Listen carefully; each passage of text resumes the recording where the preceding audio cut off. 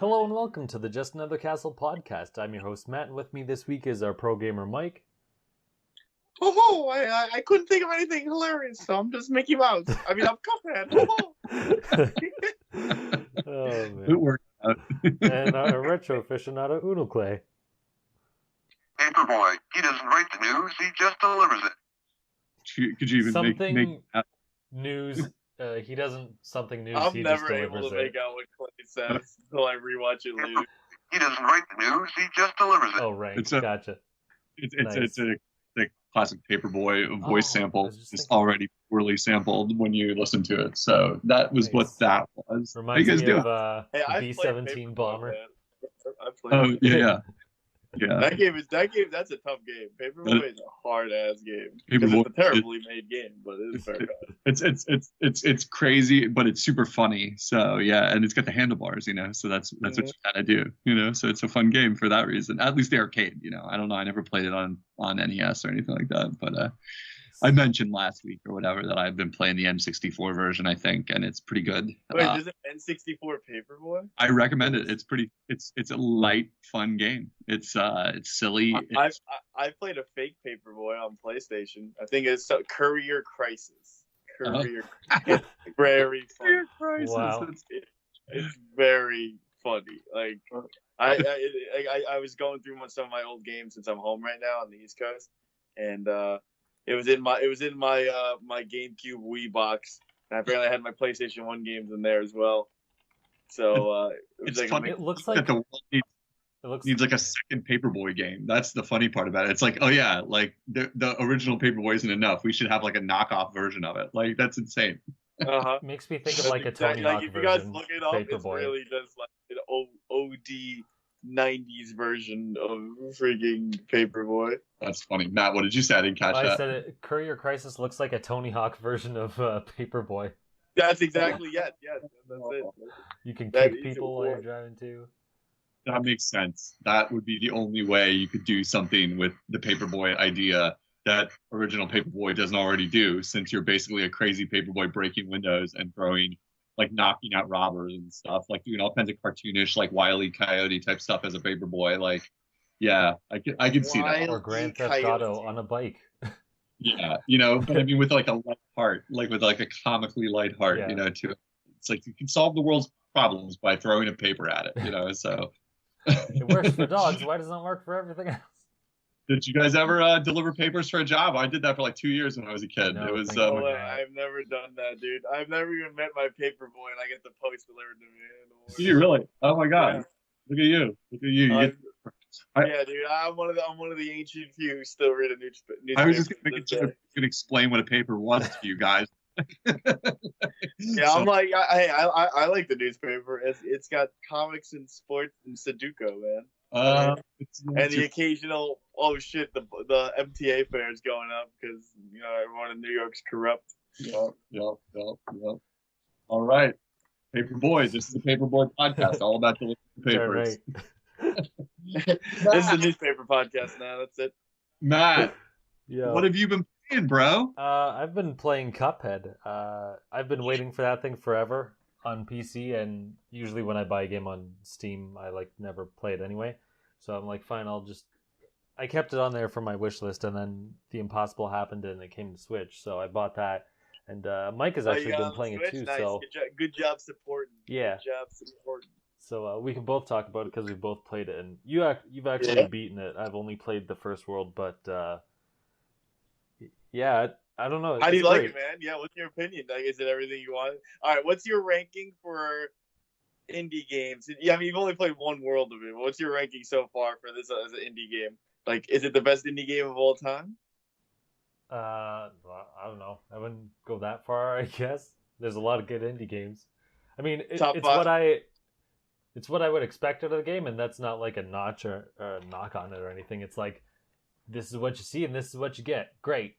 I love it. It's perfect for that. Cool. But yeah, I like how there's also like a bunch of different weapons and other things you can equip. It's not just like here's your basic gun or finger gun or whatever you want to call it, and then you just do it as is. There's a bunch of different collectibles and things, so I like how they added that. I think I think all of that stuff was added when they delayed the game like a year or whatever. Like they added I know they added the levels when they delayed it, but I think the rest of that was also from the delay too, which I think was benefited the game definitely. But yeah, I don't know. What do you think of it, Mike? All right. It sounds like you've never played Gunstar Heroes on the Sega Genesis. Do not worry. The Sega Genesis Mini will be packaging with Gunstar Heroes. So when you guys pick it up in September. Wait, say this again? What are you saying?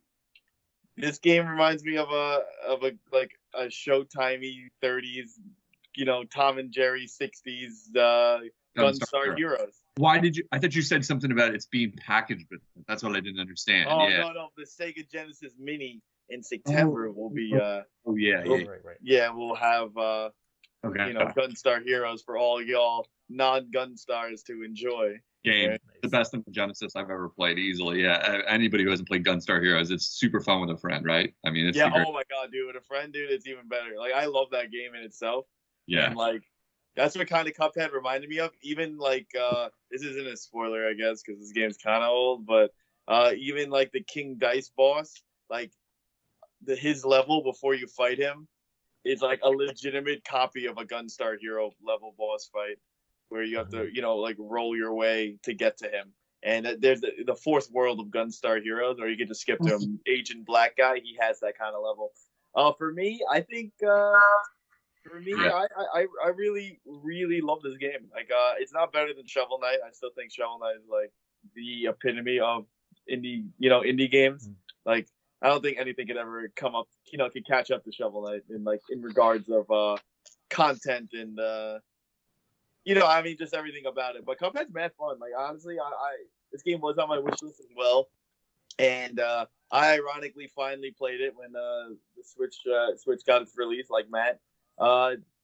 Unfortunately, it's a little too short, like every indie game ever. So that's why I get mad. It's over $20 or over $5 for an indie game. They're all scams. But like, to me, I literally on purpose. Like Sunday I played the game, then I deleted that file on Monday, and then instead of beating it yesterday, I just delayed it, and then I beat it today. And then so I got 100%, but I just need to finish on expert for my last trophy achievement or whatever, and then. But it's a great game. Everyone should play it. It's amazingly fun. Like this is a game that everyone should play. The art, the style, the gameplay. It is multiplayer as well, co-op. So if you could do that, try to. That's it. All I can say is it's a must play. Like it's that good. And I haven't played it yet. I look forward to playing it eventually. Is it adjustable difficulty? Really, really like. Is it like adjustable difficulty, or is it like achievement-based difficulty, or what? No. I mean, most people say it's a very hard game. Well, I know. It's famously pretty difficult. I mean, is it but is there like one difficulty setting, or is it like multiple? So there's regular and simple, and once you beat the game, you can do an expert mode. Okay. You can also. Unfortunately, there's not enough platforming, in my opinion. Like, there's only like 6 platforming levels. They call them run and guns. Yeah. Matt, a cool thing actually is you could get through every run and gun level without ever gunning, and that's how you get a P rank, which is a higher rank than the A+.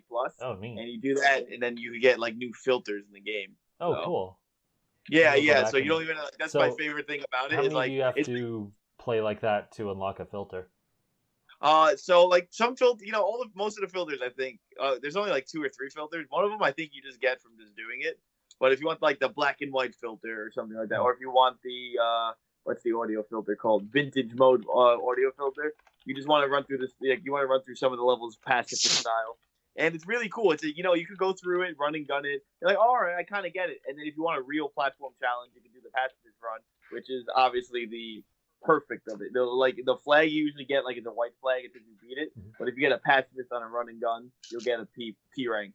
And then expert mode is basically like if you want to get like a symbol when you beat a boss, like if you beat a boss in expert mode, you'll get like a Cuphead mug on it. You get an S on it. But if you beat a regular boss, you'll just get a Cuphead mug, on the flag. So I think that's it's cool. Like there is some replayability to it, and you could attack each boss in its own manner. Like you don't have to do the same setup I use. Like I like Smoke Bomb, as my charm. and I like using the shotgun, which has like no range, but it does more damage. But you could be like, oh, I like to use the homing gun and the regular gun. Like there's a million different ways to play it out. But each challenge is really fun. Like if you really like Mega Man or if you really like Gunstar Heroes, you'll really enjoy this game. Like it's about learning and getting good and like not memorizing bosses' patterns, but recognizing them. Like very few of them are RNG based, but all of them have similar patterns from that. And I like how they have like different phases and like the characters will change for each phase. Oh yeah, dude! It's not like you just fight the same guy over and over again. No. Like, oh, okay, well, I'm fighting this guy, and that's it. It's like, nah, dude. Like, like he's gonna have a completely different fate, and he's gonna transform into something completely different. And one of them, I think this was in the first world. You're like fighting one in the clouds in like an airplane, and so when you die in a level, it'll show like at what part, which phase how you're far at, you and how far you got in the level, and there's like I forget the third part of one of the bosses. It was actually different.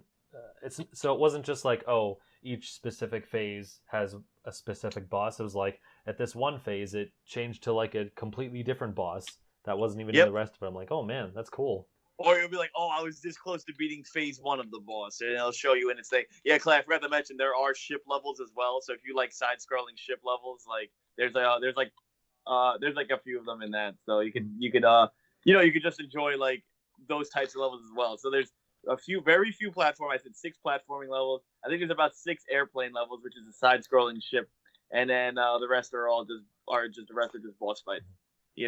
But they're all honestly like I really can't like recommend this game enough and give it enough good praises. Like it is as good as people say, and it is as fun as people say, and the style is just what I mean. Like it's amazing in itself. Like.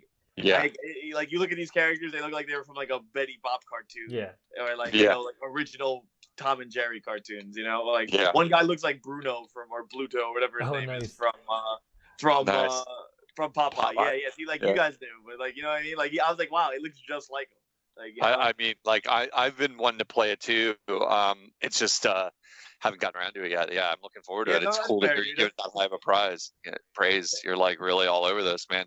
Is it mainly because you think it's hard and beautiful, or like what? What is it? I was always interested because of the art style. If I'm gonna be honest, when I first saw it in like gaming magazines, I was like, yo, this looks crazy, like crazy good. Yeah. And then people were like, oh, it's actually really hard, etc., etc. And then when I played it, I was like, it's not really that hard unless you're like poop at a game. Yeah. But, like I know Matt's gonna be like, I struggled, and then Matt's gonna be like, okay, then I got through it. Like Matt's the gamer. Like I know he's gonna get through it.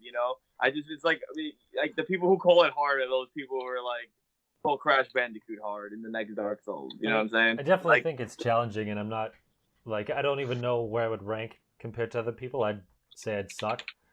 So if you want to make it, you can. I know, just pooped on Mike praising me there. Like, you can't be nice to me. I'll show you. But you were my Canadian soul says I suck. Yeah, but Unoclay, you were saying like I know you're gonna get through it though, dude. Yeah. You know what I mean? Like it's like like other people are like, oh, it's like they're like I like the fact that like people like compare. I mean, the fact that people compare Crash Bandicoot to Dark Souls is sad enough in today's world. But like dude, like you're gonna get through it, and you're gonna be like, you know what, it wasn't as hard. Like I mean, I struggled a bit. Like I found like a B boss in the third world to be pretty tough, but that's because like I get mad when I get hit once and I leave out and I have to go back and redo it because like I only go for perfect. Yeah. But like, dude, freaking, you're gonna get through and you'll be like, nah, it wasn't that bad. Like you're a gamer, dude. You'll be fine. Oh yeah, like I'm sure. So, but as to Unoclay was saying before, like. Are there ways to make it easier if you want to? So you have like the easy mode and normal mode or whatever. The difference actually with the simple easy mode is that they won't show off as many different boss phases.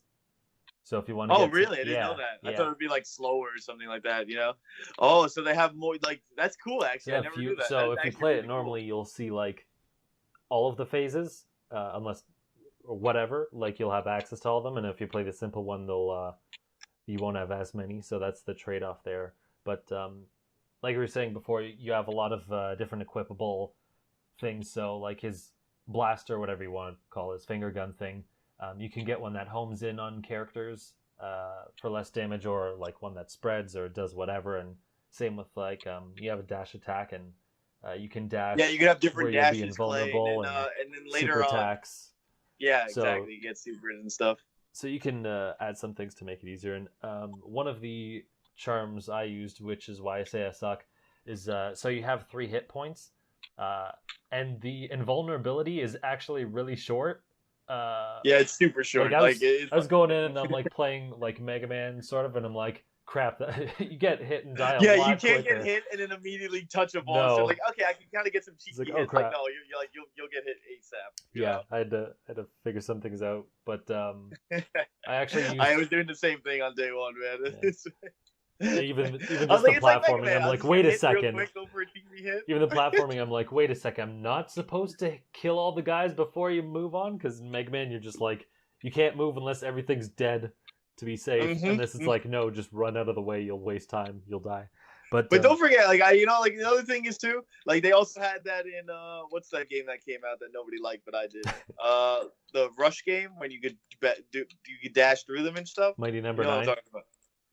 Yeah, that's it. Yeah. Like I remember they did that. Also had certain sections that is very Mega Man-esque, where it's like you can't, even though it's a platformer, there's some areas you're not allowed to go past because you didn't kill everyone. But yeah, here you just platform your way through. That's the whole thing. That's what I'm telling you. It's like it's really fun, like doing those pacifism levels. Like I never knew about it until somebody's like, "Yo, man, you could just not kill anyone. You get a super high rank for it." And I was like, "Wait, what the hell?" And like, it was just like it's such a different way to platform, especially in these style of games. Yeah. It's like running through a Mario level and being like, "Don't kill anyone." And you're like, "Wait, what?" Yeah, there's Goombas everywhere. Don't touch them. But yeah, one of the charms I used was actually gain an additional health point. Which, I mean, I was still died a lot. But it gives you that I trade-off. It makes you weaker, right? I don't remember. All right. But I think that's one of the trade-offs for more health is you get weaker. Like that's the other thing, Clay. Like you get these charms, and it's like some of them that seem super good will always have like a curse behind it or something. Mhm. Like there's one that's a homing attack gun, but it's the weakest gun of them all. Yeah. But yeah, no, I felt it helped a lot to add like just one more hit, and I still died a lot, so it's not like I felt that I was cheating. But I think it just cuts out the middleman a bit of like I could have played it with only 3, but it would have taken a lot longer, and I'm still getting a fair enough challenge with it as it is, so I'll just do it this way. Yep. Because like especially when you pick Sounds it up, amazing. it's like I gotta like schedule out time to play this, because then if I play it and don't beat it, then I'm gonna be like, well, now I feel like I lost progress because now I can't pick up in that mindset. But yeah, Well, I like it. it sounds amazing. You guys really sell it well. I mean, it's not a secret that this game like swept the world and everybody was talking about it. So for $20, right, on Switch, sounds like a good deal from what you guys are making it sound like. I'm glad. I knew this was a game. I remember like just playing this. I was like, man, this is a game. Like I rarely say that. Like I remember I played the Messenger and I was like, even though I thought originally I was like that's a game Clay should play. Then I was like, I never said it on cast because I wasn't too impressed with it. But this is a game Clay. Like I totally like. I'm like, yo, Clay has to play this game. Like that's the only thing I could think of as I play this game. It'd be more of a crime if you didn't like play. It's definitely on my list. It's like I'm curious because I've made this distinction on the show before. I like to always ask about this. Like, do both of you play it more in handheld, more in TV, and do you feel like there's a stronger like way to play it? Because I with a game this like graphically intense, I'd be inclined to think I only play it on TV. Matt and or Clay? Like I don't really use I do if it fits. I mean, sometimes I'd say sometimes. I would say use your Pro controller in this game. I mean, I'm a Joy-Con guy. I really like the Joy-Con, so it's like Me too. I'm always biased towards it. But this game, I would definitely recommend playing via like the TV. Controller. Yeah, TV because you know what the thing controller. is, when I'm playing, I'm always holding Y and having. But I'm playing it like I'm playing Donkey Kong Country, so I'm holding Y for the sprint, fast, and walk all the time, and I'm using like the bottom of my thumb to A. But like I also claw my controller. That doesn't really help. But I claw I claw the joystick. It also has a very Samus Metroid thing where if you hold ZR right trigger, you could do not the strafe. You know what you're talking about when you're aiming, but you can't move. Yeah, you can lock it. Yeah, you could do locks like that. So Right. Yeah, so I just feel like that's a lot easier with a Pro Good controller. tip. Good tip. Matt, have you been playing in handheld or mostly on the TV or what? Mostly TV. I've kind of been going back and forth with different controllers, like figuring out. Yeah, I only played this on TV. I forgot to answer that. Sorry. But no. Well, you said Pro Controller. That's pretty clear. It's like I can't imagine using my Pro Controller with it in handheld mode. It just seems funny. Like I'm just like. I never thought about that. Somebody's like, "Hold on, I'm gonna play handheld." Like, you know what I mean? Like go put it on the TV, doofus. You know what I mean? Like it's like, come on. Like it like I get you can do it, but I've tried it once to make sure it worked. Like one time, and I was like, this is ridiculous. I'm playing this time. The controllers is playing on your lap with the controller. Yes. Yeah. Like this controller is bigger than the console I'm playing. Like this is ridiculous. Yeah. I've mostly been trying to use my SNES controller with it. Like for any of these platforming games, I'm like, I'll just pull that one out because it feels good. Nice. Oh yeah, I forgot you had that. Yeah. Nice. That thing is dope. That's actually a buy. I really recommend. I really like that buy. Like once if they announce SNES, VC stuff, dude, I'm gonna you're gonna be ahead of the game because you have that. You know what I mean? I'm gonna be like, oh shit, I need that. Yep. But it's awesome. the right thing, especially for 2D platforming too. I'll always get behind the Super Nintendo as the best 2D platform controller out there. Yeah. Definitely. That's pretty awesome. I feel like you can play, any 3D platforming game as long as you have a stick. But 2D platforming games, man, it's all about a good D-pad and a good button layout. That's awesome. I'm totally looking forward to it. I mean, one of my best gaming friends had gotten it on whatever console. Was it on Microsoft originally on Xbox? Yeah. Is that where it first showed up? So. Yeah, he's like one of those lone guys that doesn't have a PlayStation but has an Xbox and a Switch, and he got it on there. I remember when it first came out because he was the same way you guys were. He's like, you have got to see this, And I was like over to his house and played a level or two, and I was like, I could tell I would love this. This is great. So yeah, looking forward to it. And that price is really, really good price. So it's just more like a kind of game I'm going to save for when I need a good console experience, because lately I've been buying a lot more little games because I've been using it a lot more handheld for various reasons, like traveling and different stuff. So I kind of save more meaty, more visual experiences like that for when I need a new TV game. Kind of split my time different ways. So that's awesome. Good recommendation. Good review. You guys sound like you're both giving it yeah. I was gonna say the only thing I would add is when I'm playing in handheld, I change the control layout. So you can change all the buttons and you can actually select if you don't want. Oh yeah. There's a lot of freedom because, in it too. It's not like one of those here's Type A mode and here's Type B mode. Yeah, that stuff is useless. But no, because I find the Switch's buttons are too small and I forget. It's just because they're so small, it's easy to accidentally hit something else or it just doesn't feel comfortable. So I end up anytime I play it either on the TV or in handheld or whatever, it's I got to change all the controls back and forth because the SNES buttons are big and far apart, and the Switches are there's a millimeter between them, and they're chiclet sized. So that is true. That is true. But, I did not think about that. When you play the Joy-Con, it's here you go, man. You can put everything. I'm like, oh yeah, I can use my thumb and everything. Yeah. And there you play the SNES one, and you're but then the SNES ones are missing 2 shoulder buttons, so it's I have to get rid of 2 other buttons, or which is fine. I don't really use the lock or whatever another one is, but just things to keep in mind of. But are you guys looking forward to any games? I know we haven't really played that many this week, but are you guys looking? Is there anything that you guys are oh man, I really want is Sonic All Star? I finally saw Sonic All Star Racing, and I'm actually Mike wants to talk about Sonic All Stars Racing. yeah. I finally just saw it today, man, right before we got on the podcast, dude. And I was like, why haven't I ever looked at that? Ever looked at any Sonic All-Star game? I know Crash Team Racing HD is also coming out, so apparently it's part summer. But other than that, dude, freaking I wanted. There's a new game that came out. It's another fake Sonic game. I did just want to talk about Sonic. You guys call me. All right, you guys call me. I'm here to talk about fake Sonic games. I think I know what you're talking about too. It's like electric. I remember now. Electric Jester 2. Yeah. I saw that. Yeah. I don't remember how I saw that, but I'm like, I'm gonna wishlist this. This looks pretty cool. Yeah, I just wishlisted it too. And I was like, yo, I looked at the first one because I played Sonic Freedom game. Planet.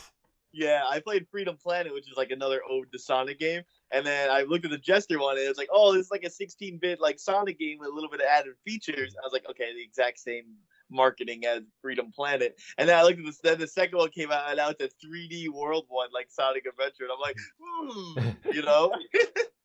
So like besides and the fact that I just saw Sonic All-Star Racing totally means I want that. And I think I'm gonna give up on Hat in Time coming on the Switch. I think I'm just gonna pick it up for PlayStation or PC. Wait until E3. It's not too long. They'll probably announce it.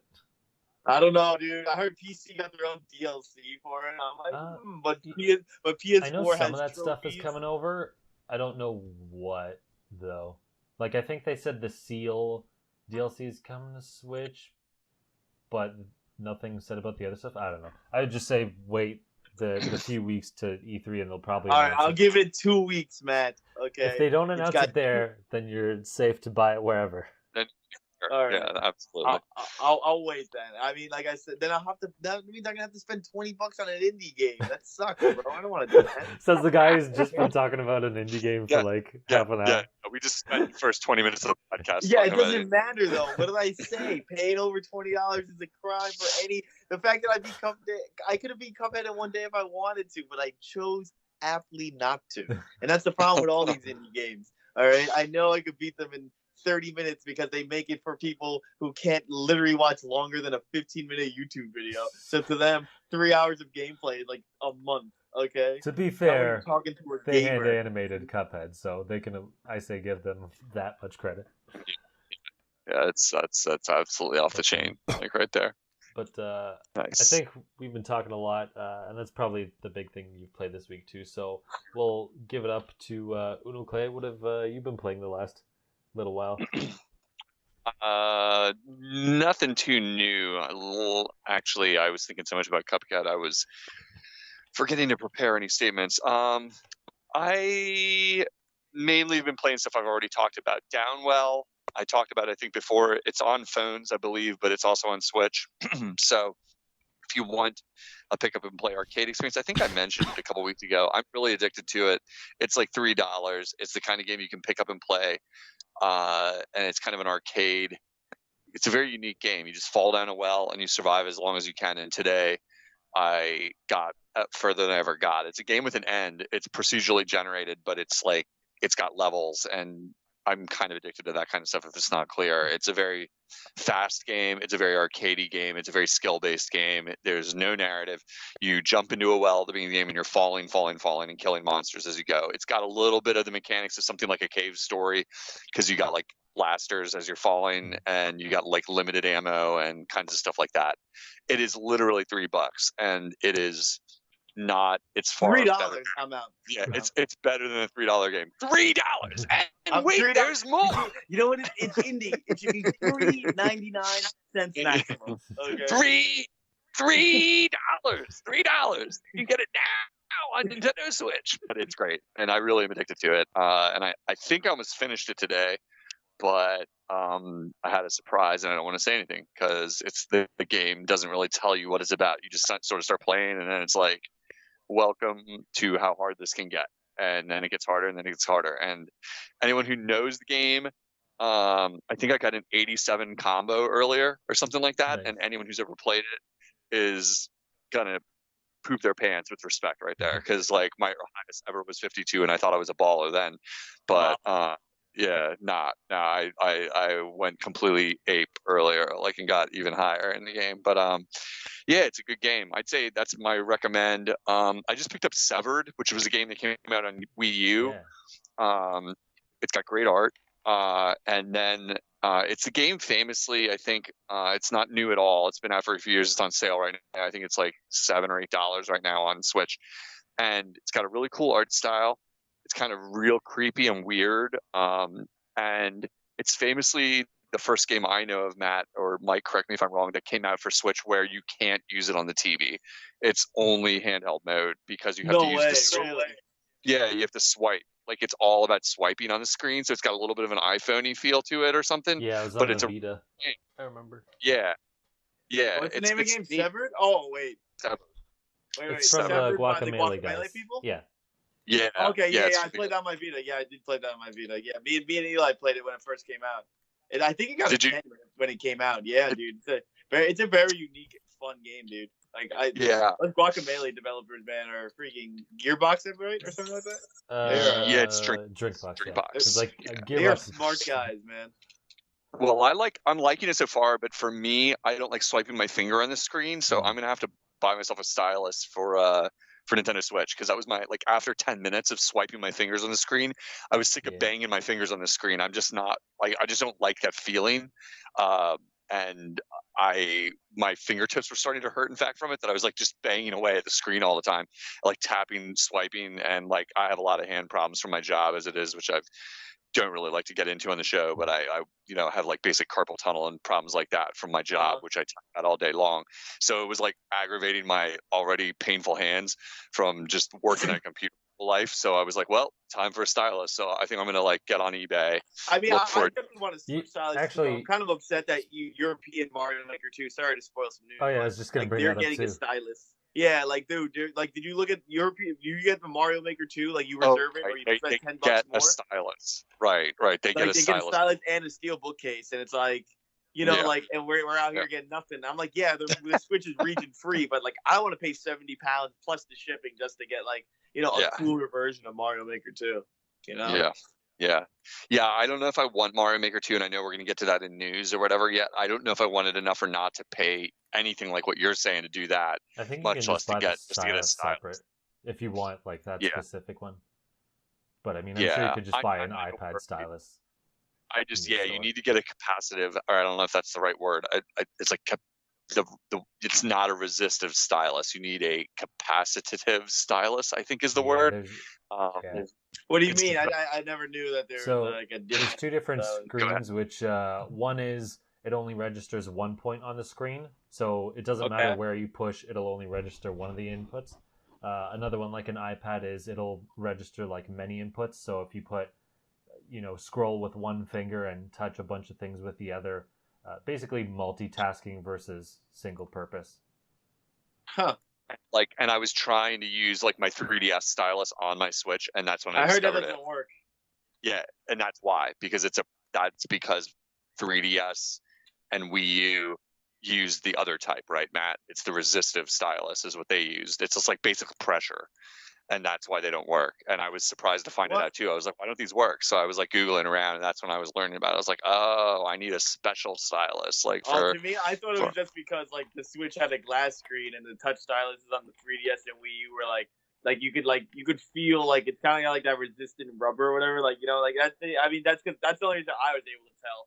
I was like, oh, this looks like this one looks like glass, and this one looks like I used to just call it a 3DS screen. Right. But I know exactly what you're describing. I wonder if that relates to the type of stylus that is required, but I don't really know. I just learned about it, but I was like, all right, well, no problem. I'll buy a cheap stylus so I can play this game, and then I'll have one if I want it for like other features of the system or whatever. It's kind of silly, but you can get that stuff for pretty cheap, is my impression here looking at eBay. Okay, that's cool.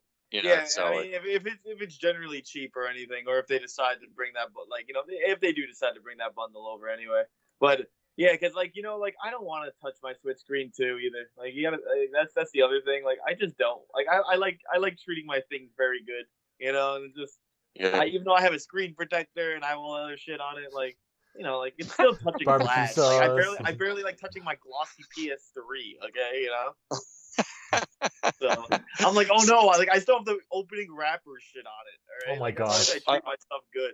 All right, like I have the white plastic wrap that it comes in. I should have ripped that off when I was over there. Yeah, I'm a filthy bastard. I don't care about making it messy, but I'm just like, I just got to play this game, So it's fair. And you're like, I just want to play the damn game already.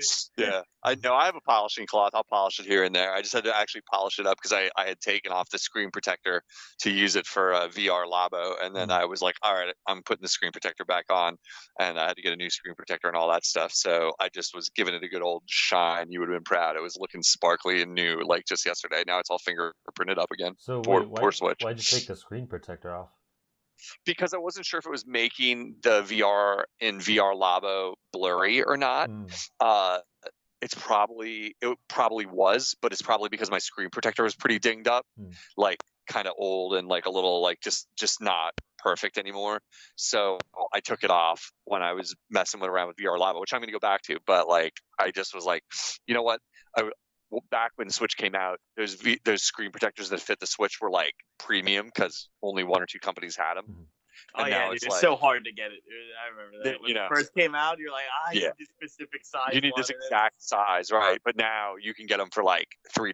You know what I mean? It was like $20 when it first came out. Like legitimately, like $20-$30. And I guess they bundled 2, but you're like, it's only 1. Like I only need 1. You know? Exactly. Yeah. And so like now they're so cheap. It was like, oh, I can just peel this off and like get another one and put it back on. Like, you know, if it doesn't work out. And it didn't really change anything it didn't change it too much. It was hard to tell, but I was like, that screen protector had like dings in it anyway. It's done. You know what I mean? So like I replaced it. So, yeah. Anyway, so yeah. I think we've talked enough about what we've been playing. I mean, I'll give you a report more on what I think of Severed once I played it a little bit more. But in the meantime, it sounds like Mike already enjoyed it. It's not a new game, but it would be a warning to anyone that it's a little demented from just playing like half hour of it.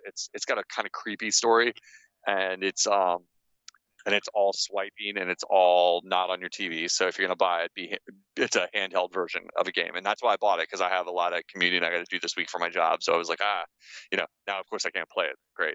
So, maybe I'll get something else. It could be great if I could play it, but I got to keep wiping the blood off my fingers off this. Yeah.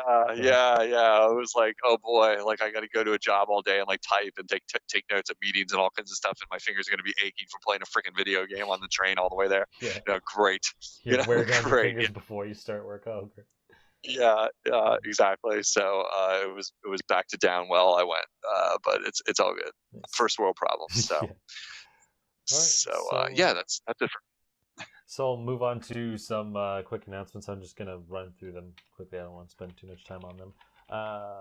If you want Amiibo, apparently in Japan they're reprinting all of the Zelda Amiibo, which is like, 20 Amiibo, which is kind of nuts.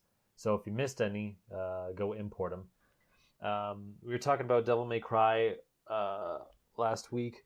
And why there was only the 1 and not the 2. So apparently it's a port of the PS4 HD remaster, and there's no plans to do to port over Devil May Cry 1 or 2 or 3. I don't know why. I didn't even know there was a PS4 remaster. I probably should have checked. I guess they just did it the 1 versus the trilogy, which they did on like PS3. So that's probably why. Like, we just have this. We don't want to go back. I don't think anybody on the planet ever knew that. I think you should have known this, Matt, from the last time we talked about Devil May Cry on the podcast, and we talked about that there was a remaster. But check the tape. No. I think we did. I'm not sure. I don't know. No, I feel like we talked about it, and then we were just like, no, we only talked about they were giving only the first one. And it was just like, I never even knew they remade it or HD'd it or whatever you're saying. Fair. Yeah, I don't know. If you didn't know it and Matt didn't know it, then I am wrong. I know they made the trilogy. I didn't know it was on. They made and the fact that we one only of them get to whatever. Anyway, I'm just busting. Whatever. You're only getting the 1, so that's it. Then the last thing was, so apparently a lot of Final Fantasy VII ports have problems on the consoles, but not on like the PC ones and whatever.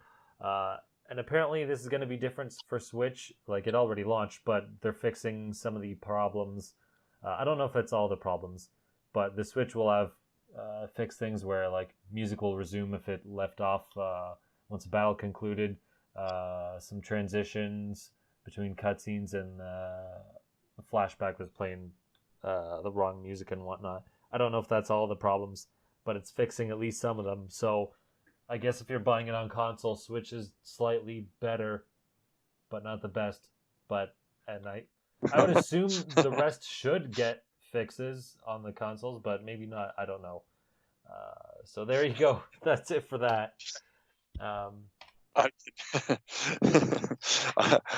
can give some Final Fantasy news in my world. As I was telling you guys on Skype, I got a DS for like $5 at a garage sale, an original Fat DS, and I had mentioned to you guys I got a Why copy would of you Final. ever get the original Fat one? I 'Cause remember it that's why I looks didn't get the cool. right. I was like, It's you're an idiot. I had the original Fat one. I remember being on the toilet and playing Super Mario 64 DS and Partners in Time, and I was like, wow, this Fat DS blows ass. The screen is so small, like it's so small. bad. He got the blue one.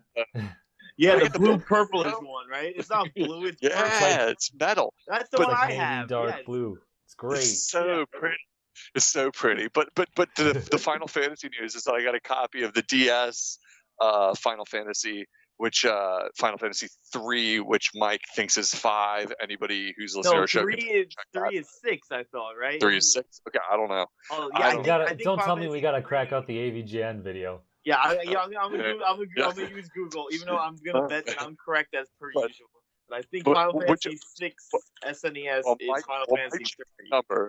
Well, Mike checks the number. I'll give you my review. Yeah. It made playing it for 10 minutes on the toilet completely true, just to match with Mike's review. It made pooping more boring. I was like, oh my god. I was like, these games, you just press attack. You just press attack. Attack, press attack. That's not how it goes. And Final Fantasy is about the story, you nincompoop. Okay, to bring that around. Okay. And Final Fantasy 6 is Final Fantasy 3 to American as Clay and not me, superior, true Final Fantasy fan. I'm not going to contest you. I was on the toilet thinking to myself, Mike is so much better at this than me. I'm just going to go back to pooping here. There you go. I'm very glad. See, guys, now I'm glad that you're blessed now, Clay. You're able to move on to transcend. I'm gonna play it for another bowel movement or two, but not much more than that. I have a feeling. I'm like, this is so boring. I'm like, use a potion, heal. Okay, attack the little imps, attack the little monsters. Keep walking. It's about strategy, and it's about the story. The stories are always the best part of Final Fantasies. I don't. Hey, that's your own problem for picking up I forgot an to mention. RPG. My bathroom game of the week so far is Link's Awakening. I got 2 dungeons done, and I'm like, what am I doing? Am I spoiling this game for me if I play this? Because I passed the second dungeon, which, spoiler alert, I guess 25 years later. Is at basically I gave the chain chomp back to the owner. Okay. And I'm like, okay, past this point I kind of don't remember this game, but I'm like, should I wait for the HD remake or should I just keep going on my game? Yes. On my original Game Boy cartridge. What's the vote, boys? I stop my playthrough or do I vote wait? I vote wait because you're going to enjoy the new one more probably if you don't remember it as well. That's my take. What do you think, Matt? Ooh, I don't know. It depends.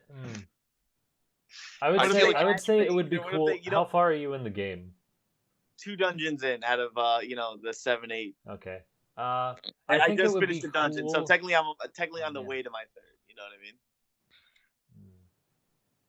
Yeah, I mean personally, it's cool. It would cool be playing back to back. It's just more of what would you rather see? Like you play the original and then you see, ooh, look how they changed it and made it pretty in the game, or you play the game as it is like a regular game, and then you go back and you're like, ooh, here's the history of.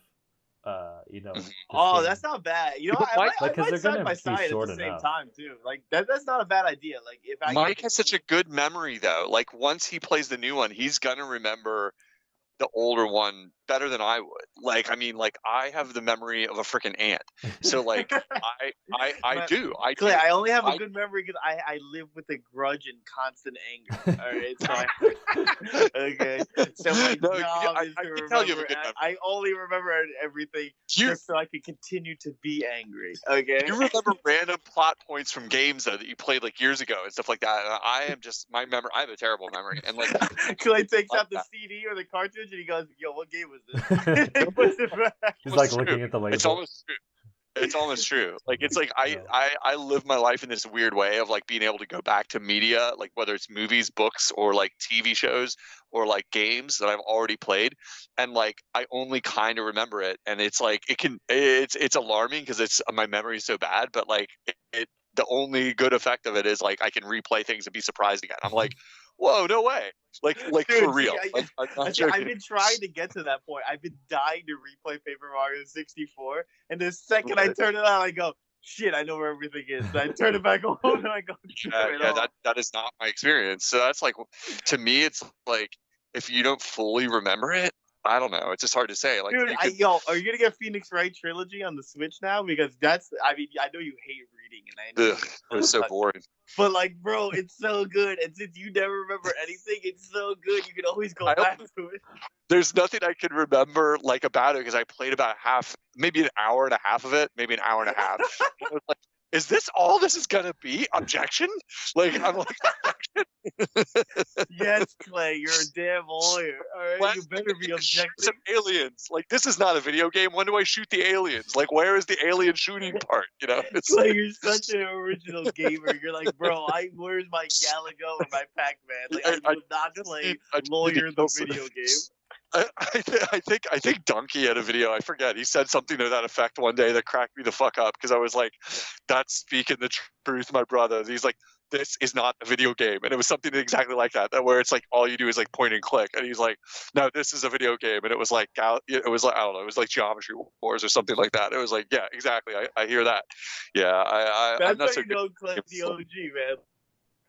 I don't know. You know, like this is my taste. You Phoenix Wright 3, and I can give you some poop ass random discarded arcade cabinet chip shooter, and you'll be like, this is a better game, and I'll be like, are you kidding me? And you'll be like, no, because I'm shooting shit. And Absolutely, I would find it entertaining. I do like Cuphead, hell yes. Or like, I don't know, Final Fantasy. I'm like falling asleep in the middle of dropping a turd. Like I am. I'm like, yo, Clay, at least I know you won't have insomnia now. I'll just turn on Final Fantasy for you. You'll be like, I never have insomnia. I got a DS cart right here. It'll put me right to bed. Yeah, but anyhow, I didn't want to derail everything with the Final Fantasy review of a game that. If anyone out there wants it, I'll mail it to you for the price of ship. Like, you know, like anyone hit me up, Unoclay _ ship it than it was to buy it. Yeah, it was $5 in my pocket. It is like whatever, $3 to mail it to somebody out there. You know, if I put it in a padded envelope. So, you know, yeah, but you are right, Mike, about that Fat DS. Like going back to it's tough, but I played the shit out of my Fat DS when it was first out. Like, and then, really? I never owned the Fat DS. My younger brother did. My first DS was a DS Lite. So. Right. Oh yeah. I mean, the screen is so much brighter, and that's the thing. It's actually not even fair for me to judge the Final Fantasy on there because it's a darker game, at least at the outset, because you're in a dungeon, and like it's hard to even see things because the screen resolution is so dim and small, and you're just it's crazy. The DS Lite from DS to DS Lite is a huge upgrade. Like everyone likes to shit on Nintendo for always going like, they're gonna make a smaller, different system. But like most of the time when they do that kind of thing, it's a huge upgrade. Like the 3DS, the 3DS XL was like massive. You know what I mean? It's not like, shit, here's the 3DS. Like, dude, I never got the 3DS until the XL, but I did demo on the 3DS. Like, you know, not in store, like when they were doing around like that tour bus thing. And I'm like, yo, I just can't get behind this. This thing is like smaller than my DS Lite. You know what I mean? In reality, it wasn't, but it felt that way. You know? And then I got the XL. I was like, this is the perfect size. Like, Nintendo upgrades themselves. Like, yes, DS Lite to DSi was kind of trash. It was just like, well, we added the camera. Yeah. But like, most of the time when they do those mini upgrades, it's usually pretty good. You know? Yeah. So I derailed everything, Matt. I apologize. So Final Fantasy, you were saying Final Fantasy, but not even worth the bathroom trip for the new one on Switch. Apparently, like no. Matt's talking about Final Fantasy 7, which has a music glitch that might have got fixed, I believe. Yes. Yeah. Right. Like I remember reading about that. So what is it? It's that super annoying glitch where the music resets every time you leave a room or something like that, like or encounter a battle or something. That would be. Yeah, I don't know. I don't remember the whole. I think there were a lot of problems with all the other ports, but I don't know the nitty gritty. Right. And the Switch fixed some of them, so I don't. Cool. Whatever. Slightly better, but anyway, we'll move on to some news. I don't know if I should bring these up. There's a sale going on during this month. Some of the sales end tomorrow on the 22nd, or today for people who are listening, and go till the end of May on the 30th. And other sales stop somewhere in between there. like some are on the 29th, some are whatever. So between today, the 22nd, and the end of the month, there's sales ending. So go check out some games, because a bunch of different, there's like a Capcom sale and a Ubisoft sale, and just specific indie games are on sale. Yeah, just go check out your wish list and see what's on sale. I agree, Matt. That's huge, because like that's why I bought Severed, because go in your wish list, folks, or at least go in the sales area of the eShop, because like there are a lot of things on sale right now that I have to like actually pick what sale I want to capitalize on. Mm-hmm. Like that was like Severed versus like two other things. It was like these are all pretty good games from what I've heard, and they're all pretty cheap right now. So definitely check your wish lists, because I was wondering how long it was going to go on, because it's been a little while that I go in there and see it. And I'm like, yeah. Like definitely a lot of people trying to get a piece of that sale action going on there. Yeah. So and, good news tip. The other part of a sale was with the Super Mario Maker 2 Direct. They announced something I thought was pretty neat. They're called Switch Game Vouchers. So what it is you pay, I'm talking American dollars because it's easier to write it down and it's not stupid like ours. So you pay $100 and you can redeem 2 games. One of them you have to redeem once you purchase them. But so what it is you basically get $20 off 2 retail games. But the cool thing is, unlike most of Nintendo sales where they have a limited, where you have to select from a library, most of the time it's just like, here's the 3 games that you've bought 17 times over that you don't care about, or that most people have. Mm-hmm. But in this case, it's pretty much like every first-party Nintendo game on Switch, and like the major third parties as well. I can't. Yeah, there were pretty many games on that list. Yeah, it's pretty much every like first party or major third party game on the Switch that you can think of. Like Doom wasn't on there, but I think Mario Rabbids and I forget now. I'm dumb, but just check it out. Basically, all the games you want is on there. Alliance 3, but then I realized that's actually a Switch exclusive. They got the rights to bring that game back. Yeah, so there's the cool thing is that it'll last for a year, so you can buy it and you don't have to use your second code for a year until afterwards. And they're actually adding new upcoming games to it, so they'll have Fire Emblem 3 Houses, Marvel Ultimate Alliance 3, Astral Chain, and I'm gonna assume more since you have the thing for like a year. So if you were planning on buying them digitally, you'll save $20, and I don't know. I thought that was pretty cool because it's like you don't have to wait till like a sale goes on or whatever. It's just you can get it at launch if you want. A pre-sale, if you will. Yeah. Totally. Yeah, it's to me. I'm interested to hear that you thought it was a good idea, because like it is a good deal, especially if you don't have a lot of these first party games and you were holding out. Mm-hmm. And Nintendo, like the key is Nintendo never drops the prices on their first party games. It's so rare, or if at most it's $10 ever. So they're like giving you that up front. Like, I mean, anyone who doesn't believe it, go back and look at games on even like first party games on Wii U or even on Wii, and go to GameStop and see how much they're worth.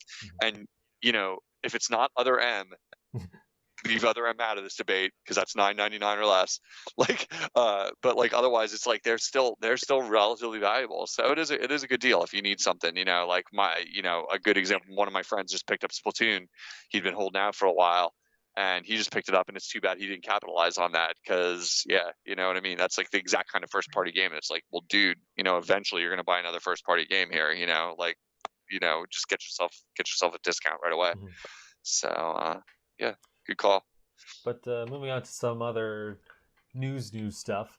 Nintendo revealed their E3 plans. They're going to have a Super Mario Maker 2 tournament, Smash Bros. Tournament, a Splatoon 2 tournament.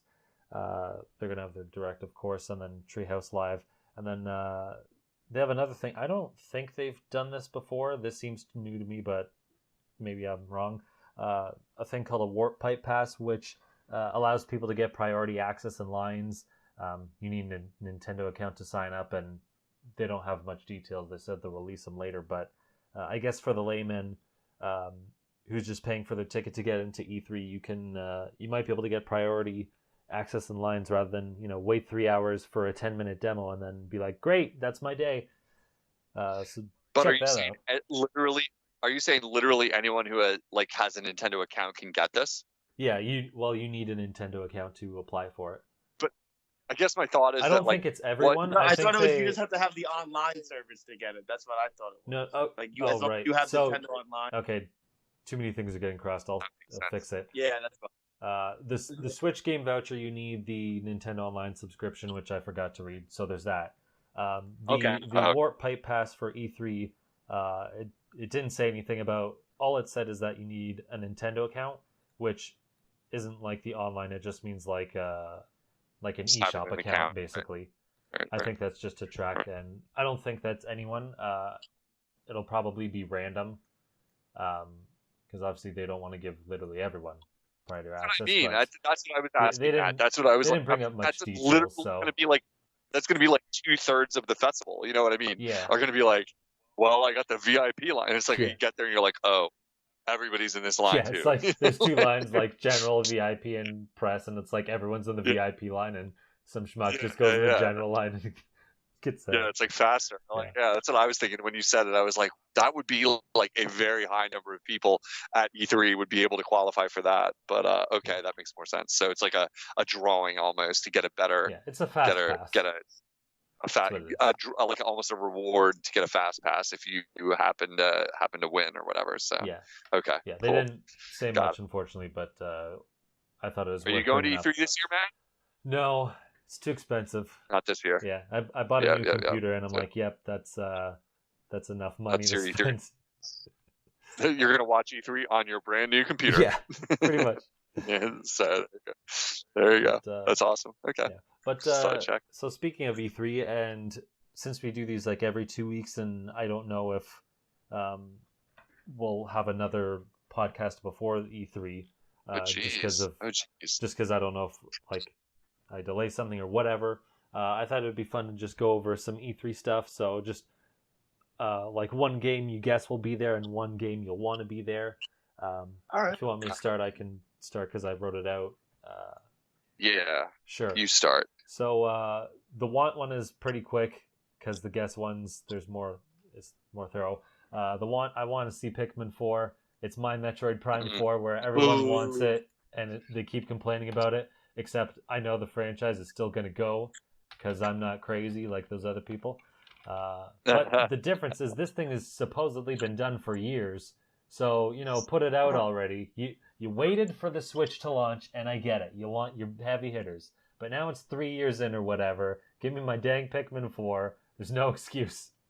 So show it off. Yeah. But that's I can get behind that. I'm a fan. Like I'd be getting Pikmin pretty soon after launch, if not at launch for any sequel to that game. Especially if the next one has more multiplayer, like the last one did, because the Pikmin 3 multiplayer was both hard and cool, but it didn't have online. And so, like, my main friend who likes to play Pikmin, we only get to do it a couple times because we don't live close to each other. And, like, we did it in real life.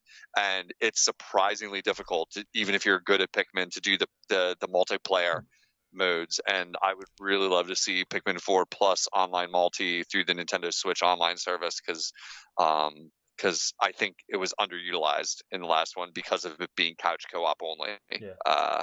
So I can get behind what you're saying. So yeah, I hope the motion controls stay because that like actually makes the game 10 times better. I'm sure it will. I mean, it's just pointer, so it doesn't really have to be that. Like, yeah. So yeah, I'm positive it will. That standard was almost set by them adding it late in the game to the Wii U, right? Is that what happened? They added the point, what do you call it? The Wiimote support late in the game, right? After it had been out forever. Is that how it worked? I forget. So they made the new Play Control games for the Wii, so they basically took GameCube games and added motion control support. So they did it with Pikmin 2. They probably did Pikmin 1 and 2. They did like Mario Party or Mario Power Tennis and some other ones. And then they eventually, like when Pikmin 3 came out, that was obviously in the game as it is. But because I had already played the game to death using the crappier, like crappier tablet controls, which I like the Wii U tablet. Like I'm a big fan, but like it was so hard to play with the joystick and tablet at points, and the pointer would have been better. It was tough at points like to do it, and I played a lot of that game. Like the tablet was a lot. And nice just to be able to go like, okay, you go over here and like manage that way, but it's too much. Yeah. Like to be like, I gotta pick up one thing and then put down for the other. And I think they showed off in an ad like, oh, you're supposed to have it like on some rest where you can like point on it and go back and forth. I don't remember if that was the thing or I'm just making that up. But I can't remember. It seems like a thing that would have showed up. But anyway, so that's what I want. And then I have 2 guesses because I'm greedy. I don't know. The first one, the second one might have some contention, so I'll save that. But the first one I'll start off with is I think there's probably going to be a Mario plus Rabbids sequel. So it released in August 2017, so the Switch release year. The DLC came out about a year later in June 2018. I think they will announce one for 2020, which either gives them 2 years from the DLC if they didn't, start start a sequel earlier and just start from scratch. That would give them 2 years from then. The game sold like 2 million copies, so I think that's plenty successful enough for them to justify another one. And Ubisoft is, working with. They said, I forget when they said it, but at some point later they said, they want to do more collaborations with Nintendo, like this game and like Star Fox and Starlink, and things like that. So I think it makes sense from that perspective. And it's probably more successful for them to do that than like put Assassin's Creed on like the Switch, to be quite honest. I think that just hits their market better. But I think that's pretty likely. The only thing I wouldn't know of is if they're actually going to use Mario characters or not. So the DLC, they added Donkey Kong, and they changed up the gameplay with those characters. So I'm thinking they could do Mario characters again and just make, another sequel, or maybe they'll jump to another Nintendo franchise, and then those characters will give them, inspiration to use some other sort of mechanic that I wouldn't have thought of. Because, like, story-wise, I put in air quotes, is just the rabbits, like, go in a washing machine and end up in another thing. It's just, basic time loop thing. So, so I mean, they can obviously do that, but I think it would be cool to see other Nintendo characters, but who knows? But I don't think that's too far-fetched to see that team go again. Yeah, and like, do we know, is that Montreal Ubisoft, right, that made that one? Something like that. I think it was the French one, Milan or something. Doesn't really matter. I was just curious. Yeah. I was more curious. Do we know if they're working on something else or not, that studio, or if that could be something that's like going on? You know what I mean? Like that they're busy, or that they could be. I mean, that game might be like a sub-team type of game because it's not like the most like graphically insane kind of game. It's more like a strategy game, So, like, I don't know, But then again, it's a Nintendo property. It's not like you're gonna do it with your B team, and have Miyamoto come down there and flip over your T table. It's like it's gonna be, you're gonna put your A team on it. So I don't know. Cool stuff. I like it. You're such a supporter of that game, and people that didn't really know that Mario versus Rabbids was a good game. A lot of people said it was. Matt included really liked it. So, and I think Eli liked it a lot too, right? I think he was a fan. I forget. So, I think so, our long lost member Eli. Yeah, but So I can't find if they're working on a game because they don't. Like with other Wikipedia articles, they'll be like, you can click on a studio and show the games, but with Ubisoft, it's just like, here are the other branches, and we'll just do like a basic synopsis, so it doesn't actually say. See. But I see. Right on. I was just curious. So, because sometimes you can make like little forecasts based on, like what It's like, oh, there's no way they're doing a whole new game right now or not. But it would be speculation no matter what. So, so cool. Good calls, man. Yeah. I think those are reasonable. And then I did have the last one, which I'm sure I'll get contention on. Is I think they might show off Mario Kart 9. And some people don't think it'll be real, but I'll explain. I think it would probably tie into the mobile game, which is making the rounds now, or at least the beta. Just like Animal. So some years ago, they said they wanted the mobile games to tie with their Switch games or their next gen console games at that point. Animal Crossing will be doing that, even though we haven't seen, the new Animal Crossing Switch game, but that's supposed to connect with the mobile game. I think Mario Kart 9 would as well. It would probably just be like customization options, like you unlock it in one thing, you can unlock it in another, but it'd still be there. Mario Kart 8 Deluxe was the best-selling Switch game. It's like over 16 million now, the last I checked. And people were saying, whatever, they have a game, they can just add DLC to it and make money that way. Well, it's been 2 years and they haven't done it, so you're wrong there. I'm just going to say flat out. Right. That's not going to happen. It's just too late. So I don't think that's happening. I mean, they've added Labo support, but that's like really minimal. It's just to get more people in Labo.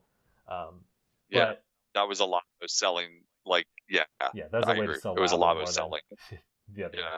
Then anything to do with Mario Kart, absolutely. Yeah. I agree. As a Labo fan, as someone who's literally putting a Labo to while he's talking to you right now. Yes, I completely agree. That was like it was a cool idea. I don't get to do it because I don't have Mario Kart on the Switch, but I would love to try it. But I'm one of the few Switch owners who doesn't own it. Well, interesting prediction. Well, one more thing to add to that is a lot of people are saying, oh, well, Mario Kart is already on the Switch. Why do they need another Mario Kart? Isn't that cannibalizing or blah, blah, blah? There's no need to. But, I mean, those same people also said they could have just ported Smash Brothers and added DLC, and we got... Actually, maybe I shouldn't open that can of worms.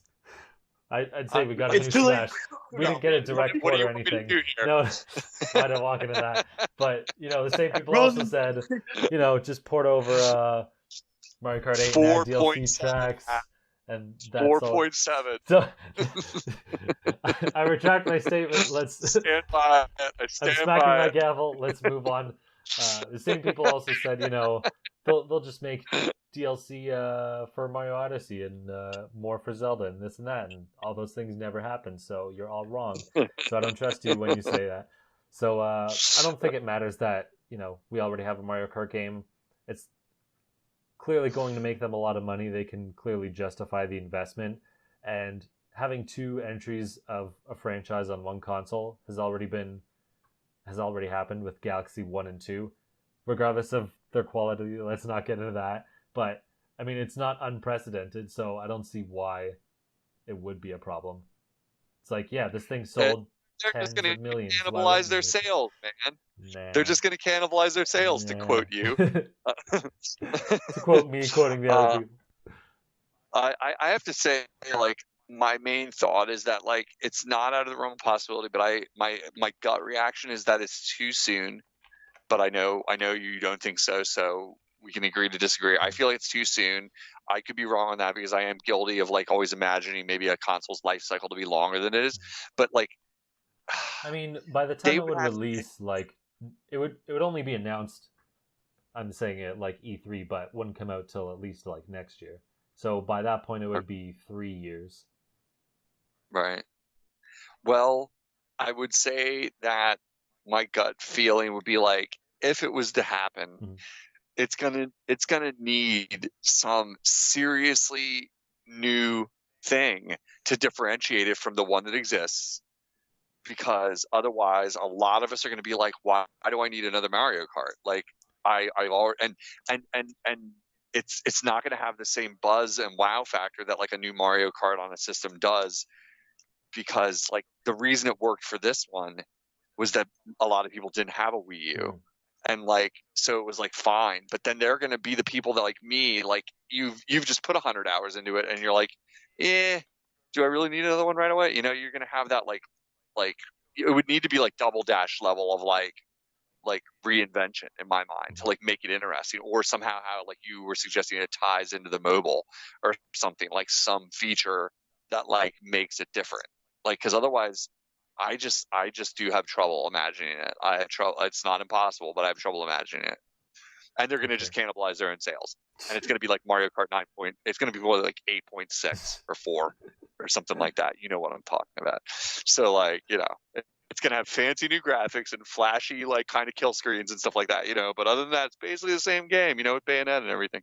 But no, I don't know. Interesting call. I would bet against it, but That's fair. and you didn't put it in your category of like things you're wishing for. It was more like the things you're thinking might be logical that could happen. I mean, I also would want it to happen because I already played Mario Kart 8. I don't want to play it again.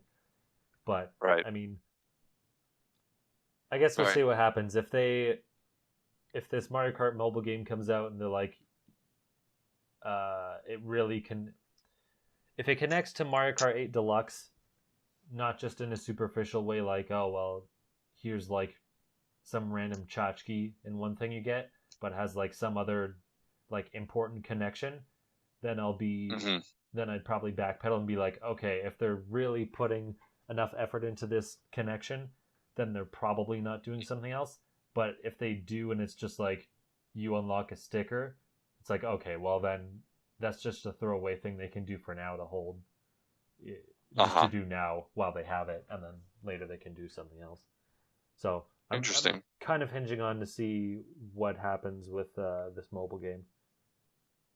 Yeah, to be honest. Yeah, I think we will see the mobile game. That's probably likely, given that the betas are going out now. Yeah. So I hope someone leaks it because I forgot to sign up. So. Yeah, Mike too. Oh really? Oh Mike, yeah. Cert rate. Man, none of us signed up for it. Yeah. Yeah, I thought I did last year, but wasn't it Android only? Wasn't it Android only? Yeah, it is. Yeah, so I mean, even if I got the code, I would be like, I'd have to look at my old phone and like just use it as like a phone on Wi-Fi. You know what I mean? Yeah. And be like, haha. Got to dust it off.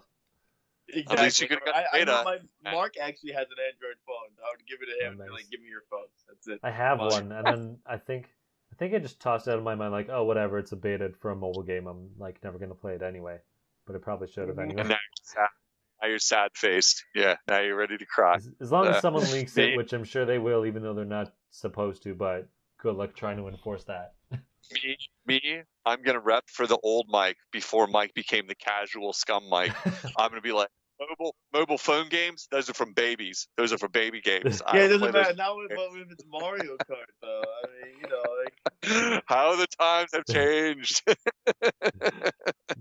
But a big red letter M on it, and suddenly things change. Yeah, it's way different. You put a big you put a big red M. I'll be like, you got me.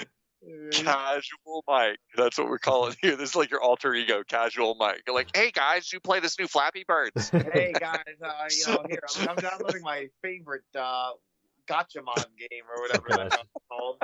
And this one's actually different. I'm telling you. I'm earning games by playing mobile games. You guys should sign up for free. I get a bonus if you do. Yeah, just click my link. Yeah. All right, cool. Oh Lord, this is the greatest. The times, the winds of change have come to the show. Mike, what do you got for predictions? Matt's been predicting the crap out of E3. He basically told us everything's going to happen there. Spoilers. Basically, everything Matt said is what's going to happen. Look, we're going to get a new title screen for Metroid Prime 4. Yeah. All right. It's going to be a new good format. Call. How dare you guys forget about that? Okay, but on a side note of that, I'm kind of hoping for some Luigi's Mansion 3 news. I mean, when we begin, I hope they plan for like a September, October kind of thing. Yeah. Anything other than that, I don't really know. I would it'd be nice if we got honestly, I mean Mario Maker 2 kind of stole the spotlight, but maybe they'll be like, oh, we're gonna do a new 3D world, because I was just playing that with Phil and Joey, and I was like, you know what? They have the 2D, 3D worlds coming out, and if you guys watch the direct, you can't even transfer your level over if you're gonna do a Mario Brothers 3, Super Mario World 4, because it's a different engine. Yeah, totally. Different engine kind of thing. And so I'm like, all right, maybe since they built that entire engine, they can make a game with it, or they just make a new 3D world. Nah, I can get behind that. 3D World is awesome, and I mean, like, I'm not making this my prediction, but I'm pirating on yours. But it's not as cool as what you're wishing for. I could see them just one of the things they're going to announce is they're porting it. You know what I mean? The original. Oh yeah, like, dude, they have. I mean, they ported Tropical Freeze and they ported Captain Toad. Right. You know what I mean? So and like, it's an obvious call in a way, but it's did like add stuff. You know, even though it's a port, they did add things. So like, if they add like a whole new world to it, you know, like a little bit. Yeah, cool. That game is great. That game is great. It deserves a port, even if they don't do too much with it. I mean, I'm such a negative Nancy because like I already played the shit out of Wii U and almost every important game on it. So it's like I'm like a little bit like getting left behind on that kind of stuff where it's like I don't really want to buy this again. You know what I mean, kind of thing, because I already played a lot of it, and I could totally see it being like the same thing where they like now you can play as Nabbit, and you're like, oh good, like yeah, like you know what I mean, like all right, I can play as Toadette, like goodie. Oh, Link gets in it. Awesome. Oh boy, another Toadette. Yeah, why is Toadette the thing? Remember last time it was all about Rosalina during that time. That's when Rosalina got into Mario Kart. She just got into Smash, and then she was the hidden character. I was mad she was the hidden character, by the way. I thought it was gonna be Yoshi. Yeah. I really did. I forgot. Yeah. I mean, like, and I'm not even hating because it's like that game deserves a bigger audience than it got. It is beautiful. It's super fun. It's so much fun with multiple players. It's one of the best multiplayer Marios ever. It really is. Yeah. Every way. So it deserves a bigger audience. So if that's just this cynic in me is like your prediction I wish is the true one. You know what I mean? I'm like, it's more likely that they just be like, yeah, and 3D World, you know, they could open with that. You can see them opening with that. You just see the cat jump on the screen and be like, you know, now it's on Switch, you know, and then announce some minor changes to it or something, or some new level, like you were saying. I wish for two. Because that would be sick. Because that game rules. Yeah. It really does.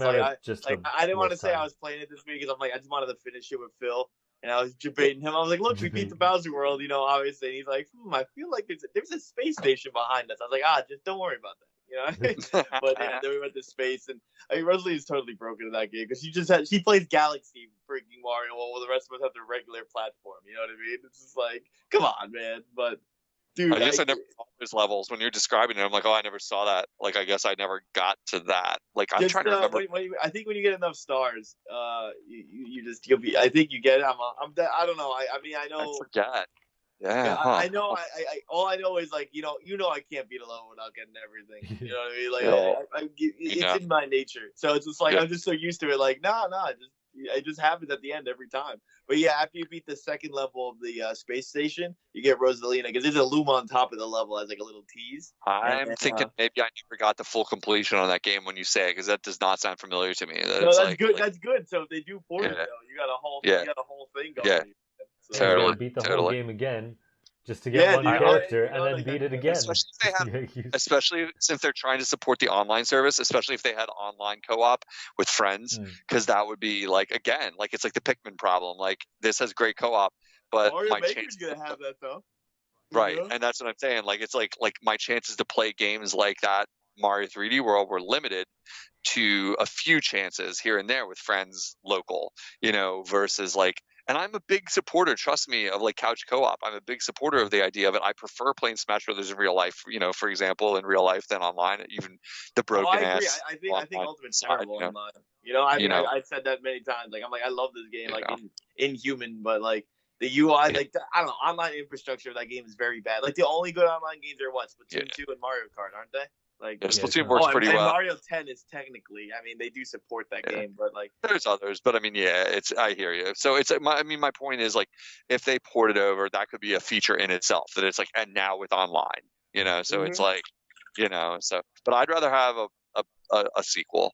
So I didn't mean to jump on your prediction there. No, dude. I mean, you didn't know what my prediction was, and I didn't know yours. I'm like, I'm totally, dude. I'm glad dude. As long as other people want freaking you know what I want? If they're gonna port it and they got to give us a Toadette instead of a Toadette, why don't give us dogs? Because I mean, cats are fine or whatever. Sorry to cat owners, but dogs, dude. Come on, dogs. Dude, like, you know? I mean, that's the other thing that low key bothered me about Mario Maker 2 is the fact that they give you Mario, Luigi, Blue Toad, and then Toadette, and I'm like, dude, like 3D World, like. Mario 2 and in 3D World, you know it's Mario, Luigi, Peach, and Toad. You know what I mean? Like, why do they gotta add two Toads? Like, ain't nobody want to play two Toads. You know what I mean? Like, dude, just give me Peach. Like, you know what I mean? Like, I don't need Toadette to be the new Rosalina of the year. I'd rather have Rosalina than Toadette. They also, with Super Mario Run, they added like a bunch of characters as playable, like Yoshi and Daisy and all these other people. So it's like, if you're doing side scrollers, now you got to kind of add them all because they all have, cool different abilities. Yeah, it would be all. Yeah, that's the other thing too. Like Toad is Toadette is so lazy because it's just Toad, but with a girl skin. Like at least with Mario, I mean with Peach, Rosalina, and or Yoshi, like they're unique and they have their own platforming style. I mean Rosalina just is Mario from Galaxy, but you know what I'm saying? Like, dude, like. Who knows? Boy, like, and the other thing, Toad is supposed to be the fastest character. You know what I mean? Toad is always the quick one because he's short, but he doesn't jump as well. It's like, okay, yeah, sure, like they do that, but like after that, I mean, like, what the hell is Toadette gonna do? What she does the same stuff as Toad? Like, come on. So, Resident Evil. I feel you. Well, good predictions. Got time for one more, Matt? Oh, my last prediction. Mario and Sonic at the platform games. Oh, my dream comes true. Now I'm playing. That'll never happen. Yeah, nobody. Maybe Mario and Sonic not at the Olympic Games would be even a better title, and it's just a regular game featuring them too. And I'm like, yo, let's go, dude. All right, let's go. They don't have to name it anything real. They could just call it Mario and Sonic not at the Olympic Games, and I'm in. All right. Even though low key, I really like all the Olympic game ones. Those are anything. Sonic and Mario. Anything else? Just that's the title. Anything else? Yeah, Sonic and Mario. At your own anywhere but at the Olympics. It's just a blank underscore line. You can write whatever you want there. They're just like hanging out at home doing homework and stuff and like doing dishes, and it's like, this game rules. Look how fast Sonic does the dishes, and Mario's like, I'm still better. Mario's like, oh yeah, I can throw at them. And, he does a little fire. All of a sudden. All of a sudden he's Cuphead Mickey Mouse. That's crazy. I don't know no Mickey Mouse. That's Cuphead. He's like, good job, guys. He's like, damn, Goofy, I need Bug Man, True that. Good prediction. Don't worry, Matt's already on the team Cuphead for Smash. I know, because the guy wants him in Smash. He's already on that. He's too late. He is kind of too late. They already finalized their stuff before. He's too new. Also, no chance. Yeah. He's too new. He's too fresh. He needs like a little bit more time in the cooker before like Sakurai's even give a glance in that guy's direction. This new flash in the pan that might not stick around. No way. Come on. Would be cool. He hasn't stood the test of time. So, but that can segue. I like, because my first call would be, you said what I want. I want Bionic Commando for Smash. That's the next character. Bionic Commando. You know him. You love him. Are you talking about the Lego thing? No, not Bionicles. Bionicles for Smash.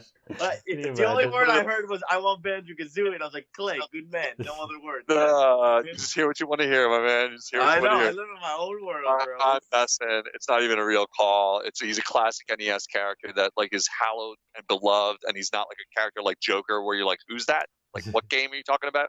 We're talking about Bionic Commando on the NES. Clay, and on that was the argument of a Scorpion guy. A guy who wants Scorpion. Right?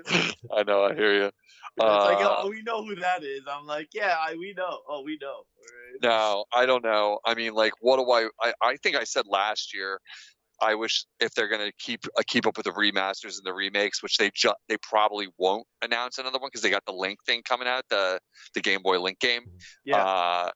So they're probably not going to announce another remaster like right now, like with that like already in our face. For me, I think last year I said like the thing I wish for that isn't happening, and I know I'm positive we talked about this before because Mike I think trashed it right away, is the Sunshine remake because I love that game. No. Yeah, I know. Why would we do that? Why don't we just make 64 too? We have fake 6. Never mind. I don't want to say anything. I know. No. Yeah, okay. But look, Sunshine, not a bad. I would play Sunshine on my Switch if it was GCN BC. I would not go for a remake though. Right. That's my stance on it. Like, look, I would give Sunshine another chance. I still think it's. I just want it with like less blurry visuals, like upscale it a little bit for like the modern generation, so it looks as beautiful as my memory has it. Like on the GameCube, which looks good, but like it's GameCube quality. You know, they could do better if they upscale Honestly, it. You know, dude, I would rather them make if they really wanted the new Sunshine. I would rather have a new Sunshine than I would like have a new Sunshine, like Sunshine 2. I mean, Sunshine's a controversial game across the board. You're not alone in thinking it's a lesser Mario. So it's a controversial call. I always wish for because I pick it up. A sequel could improve on those things. You know what I mean? And give it the updated graphics that you want. Like, you know, like maybe you'd get better, like, or maybe they use the Odyssey engine or something. I'm like, you know what? I could kind of get behind that. Like, I just didn't like. I felt like I was super limited in Sunshine. Sure. You know. Sure. Yeah, it's a controversial Mario game. I know it's a controversial call. I just like it a lot. I always pick it up off my shelf and think, no, I'm not playing it. I'm waiting for the remake. Like kind of like what you were saying about the Zelda game that you're replaying. It's like, should I wait? And I always am more of the like, no, I should, because I would love to play this again, and I don't want to wear it out like before like. See, that's the other thing though. Like when you do a 3D remake, they can't really change much. But like Link's Awakening from Game Boy versus a 3D remake of it is almost a different game if you think about it. Completely different game, right? Totally, you're right. You know, so it's like I could wear it out, and I did play the shit out of it when it first came out. So it's like I kind of like. So anyway, that's a wish. I don't think it's realistic, and you guys took some of the best ones, like the Pikmin 4 and stuff like that. But like, I think the one I think we'll see is Bayonetta 3. I think we'll definitely get some screen time with Bayonetta the Witch, giving us some kisses and stuff and saying some sexy, titillating things in a safe for the PG-13 audiences. Dude, we're definitely getting that. We're definitely getting. I totally believe we're getting Luigi's Mansion 3, but 100% fact. If you want a real fact, we're gonna get Animal Crossing gameplay this time. So. It's summer. Last time, the best one, Animal New Leaf or something that came out in July or something. Like that, it wasn't like a primetime release. So my expect is like they're gonna be like, here's some gameplay of Animal Crossing, and they're like coming out next month, and everyone's gonna flip their shit. You know what I mean? I think that's my call for that. You think Matt's calling fall? Yeah, because I was looking at like their games lineup before because I forget things like every 3 seconds. And at the beginning of the year, I was like, "Oh man, there's like no games coming out." And now it's like June is Super Mario Maker 2 and like Crash Team Racing. July is Marvel Ultimate Alliance 3 and Fire Emblem 3 Houses. I'm kind of interested. I played Alliance 1, never played the second, and I didn't know that the series died after the second one, and I didn't know this one's going to be an exclusive. However, I don't want to pay full price. You know what I mean? Yeah, I'm going to get it as a birthday gift, so I don't have to pay full price. Yeah, exactly. Like that. Like I feel you on that. I'll be like, if somebody is like, you know what, here you go, or it'll be like, look, Marvel Alliance is half off after like, in November, and I'll be like, you know what, I could get behind this. Like, it seems like I played it on the PSP, so I'm like, this is the kind of system I would play it on. You know what I mean? Like the Switch, upscale the graphics, and it's not as many characters as the first two. Like I think it's only really like most of the MCU characters and a few X-Men. So I'm just like, okay, it's not gonna be like an overabundance of everything. Yeah. And I just think I thought it was a great handheld game when I first played it. So yeah, those games are basically just brawlers, right? Yeah. It's just, you pick your favorite Marvel heroes and you just kick ass, and there's a little bit of skill treeing in it. Like, oh, I want this ability over this one, But so it's a lot like Captain America and the Avengers in the arcade. No, it's not terrible and it's not stupid. Gosh, let's not start that again. Dude, can you please use that as your next intro soundbite? Can you just get some sound bites from that shit game? And be like, promise. When they get hit, it's so bad. It's so bad. Oh Lord, I had to do it. Clay, next time you do your intro, I only want Captain America and the Avengers shitty sound bites. I can't hold you that much, man. Now it's predictable. Now we gotta let it die for a little bit. Gotta hide it. Gotta put it away. No. We need to hear that. Go! All right, when they get hit, it's so bad. All right, so yeah, those are my calls. Real safe calls, like Bionic Commando for Smash, obvious, and Bayonetta 3, totally obvious. So we're getting Banjo-Kazooie, Shrek, and Peter Griffin. All right, let's go. Peter Griffin, that would be the best. We're getting the best of all worlds, man. All worlds. There would be so many bad people. Oh my god! Like, I'm sorry. We should have got Homer Simpson because they had Simpsons Hit and Run on the GameCube. Oh man, gotta that game keep was it. great. Gotta keep it in the family. Gotta keep it Nintendo. You know what I Yeah, mean? but that's why Peter Griffin would be funnier because people would be so angry. It would be the most. Oh, dude, that would be great. They'd be like, so "What is mad, this, dude. Mugen?" That's Oh, Peter Griffin in here. He had Mugen on Oh the my PC. God. Yeah. People are just putting crap in there. Gosh. They're like, you know what? Sakurai's like, I could put this guy in there. Why not? Yeah. He's like, I like that show. It's funny. He's like, they got a chicken in their closet. What's up with that? Dude, I'm calling it, by the way. Next character for Smash is the Mario Kart. Okay? That's it. We need a new Mario rep. Right? Honky donkey. Full honky donkey. Such nonsense right there. They're already in the game. They're on the kart stage, man. Come on, what are you talking about? Hey, man, there's a kart in Mario Maker now. The stage, okay? Oh yeah. The stage has not become a character. That does not make sense. It's a stage hazard already. Like, I mean, Yeah, Piranha they're already on the Plant's a gameplay. stage It'd be hazard. easy to code. there was no Piranha Plant stage No, hazard in the, before. I meant in the game. character. I'm just being. Yeah. Come on. Yeah, Come on. no, there never was. No, there technically was in Smash 64. Oh, when you played yeah, the there Super wa- Mario well, Brothers level. Oh Yeah, there was. shit! Yeah, that's Oh, right. shit. That's right. Yeah, how you guys Oh, like shit. that? You guys are Wasn't- talking to Yeah, the yeah. archive. I was right. Yeah. See, I was just dumb and forgot how. I can't remember what stage you're talking about. It's, Where is there a Piranha? It's So one of the it's unlockable called Super stages. Mario Brothers. Yeah. It's one of the cut stages. So when you unlock, it's one of the secret stages in 64. It's just called the Super Mario Brothers stage. It's the one where And you jump on the pipes and you'll like be transported to another part of the stage. And there's like Do you the weights in the unlock it? middle. It's in Ultimate as well. Do you have to unlock it? Yeah. Yes. Oh, that because my 64 cartridge is not fully unlocked. I don't even have like all the characters open, so like I probably don't have that stage on that cartridge. I think you have So- to play multiplayer like X amount of times, Yeah, like I know. 10 times or something. I actually enjoy playing the multiplayer on that freaking game, but like none of my friends do. Every time I try to make them play it, they're always like, "Why don't we play like modern Smash Brothers?" And I'm like, "Cause this one's corny and fun." You know what I mean? Like, cause like Oh, dude, none of I us- still play 64. I played it the other day, man. I still play 64. You know. I find it amusing. It's like not nearly as scientific or anything, you know. It's like whatever, you know. It's like, but it's funny.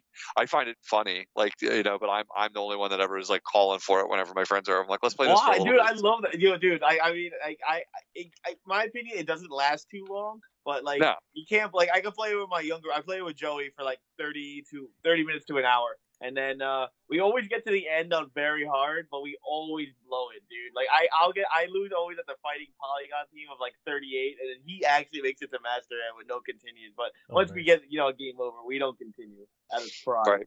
You know, Right. But that game is fun, man. Like, dude, Pokemon battles in that game are fun. Like, I you know, like the just sound. overall, effects. like. That's half of it is the sound effects to me, like when you hit each other, the way that exact sound it makes in that one, and like pop, that pop. Oh yeah, sound. it's got that old timey like real like Yeah. you really hit the Hard you, hitting, yeah. you feel the hits. You know what I mean? Like, Clock. Yeah, the one thing I do have to admit, I did ruin the game casually for me because I learned competitive stuff about it, and I'm just like, Yeah. damn it all. You know what I mean?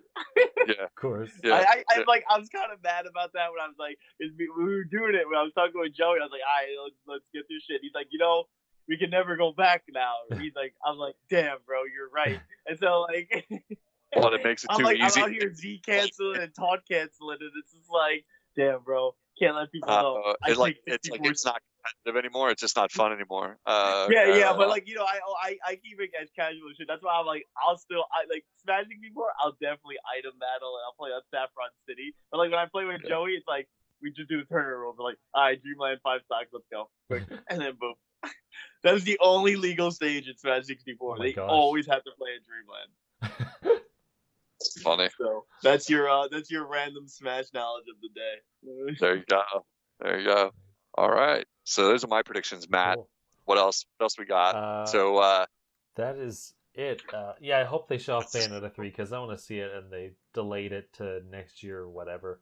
Or they didn't delay it because they didn't technically announce a date, but they like pushed it off their games coming out this year. Like, crap. But it's not officially next year. It's just not listed right now, right? It's like they haven't been clear when it.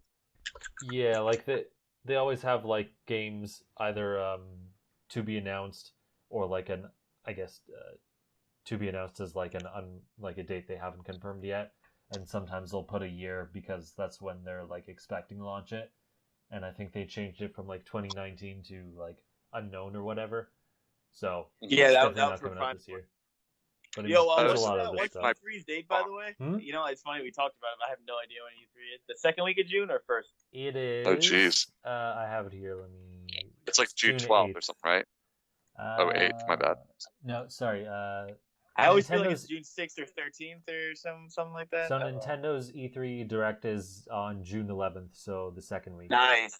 Yeah. That's close, man. That's really close. Wow. Close enough. Yep. Like, yeah, that's crazy. It's not the same as the old IGN days when I was getting all hyped because everyone was writing blogs about it and stuff like that. I don't have the same like connection anymore. Yeah, because like, they nuked it. Yeah. It would always be like I know when the date is. Can I just read 5 of these? That's a feels bad, man. But all right. Right on.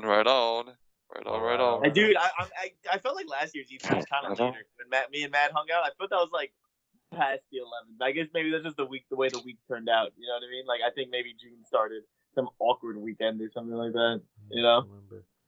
Because everyone I don't know, does man. their stuff E3 is before always an exciting Nintendo. time of year, dude. I love E3, dude. Like even if it's like, oh, Nintendo doesn't go and this. Like I told you guys, like anytime there's big news conferences, like for me, I just like going on websites, dude, and just like if I maybe I missed the announcement, but like I love like catching up. Yeah. And I know it supports writers like Eli and Matt over there too. Like people, oh, we got hits because people read my article. Like, dude, like. I love reading about E3, so I'm excited about it. It's a fun time for all gamers, Definitely. Oh yeah. Sounds good. Good attitude, Mike. Good attitude. I like it. Yeah, man. Like Matt. Yeah, dude. Freaking link all your stuff, dude. After too. Like, I don't even care if you're like, oh man, I had to cover iOS E3 or something. Like, all right, bro. I'll refresh your page 8 million times for you. I don't care, bro. And they'll be like, yo, Matt, your iOS cover of freaking of Frogger's Jim Jamity, math explosion was hey, don't miss on that the game. greatest. It's a pretty good game. Okay, I'll be like, yo, Matt killing it with Frogger's Jim Jamity math explosion. All right, let's go. Oh man, that game again. They've been always talking about that game in this show. It's like Dude, when we rename the podcast, right? it's forever coming out. It never arrives. We're always waiting for it. We're always waiting for that game to arrive. But what are you gonna do?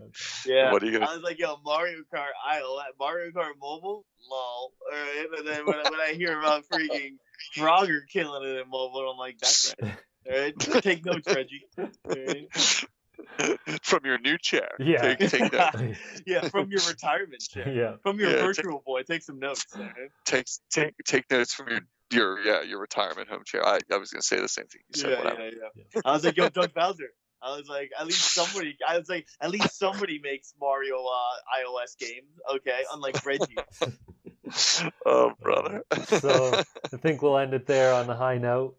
You can find me That makes sense. at the Mega Viking on Facebook, Twitter, and YouTube. And Mike, where can people find you? All right, guys, you can find me at Troy Footbuster on Twitter and on SMB Gaming 64, aka Game Men on YouTube. Thank you, guys. Nice. And Unoclay, where can people find yourself? You can look at my new YouTube video. I should have pinned this at the top of the show. If your Joy-Cons are drifting, a lot of people are having this problem. Check out my YouTube channel. I put up a short video that shows the product you can buy that will you spray it under your Joy-Cons and it'll get them fixed. It also works for Wii U controllers from some tests we did that might have had some drift in the controllers. But it's a serious problem with Nintendo Switches. That's Unoclay Gaming, UNOCLAY Gaming on YouTube. It's a how-to video that really will take you a couple seconds to watch, get the idea of it, and you'll figure out a way to save yourself like $70 in new Joy-Cons because, that's what happened to me and a lot of other people. So check that out. And Unoclay. I'll link it in the description. Yeah, what am I on Twitter? Tell me what I am on Twitter. Unoclay Gaming. Unoclay Switch on Twitter. That's right. I'm Unoclay Gaming on YouTube. That's why I get myself confused, and I'm not super good at social media. Yeah, totally. I don't even know what the social medias are all about. I have no idea. So, so that's the story. That's the story. Check me out. I love you all. All right. Wherever, I don't know how to follow that up. Wherever you're listening, you can find us at Just Another Castle on pretty much every platform on the internet. Hit us up with your questions. If you want to be a guest, message at the Mango Viking or at Just Another Castle. So until next time, leave luck to the heavens and leave gaming to Nintendo. Risking his life for the public's right to be informed, Paperboy rides the sidewalk to this land, delivering paper.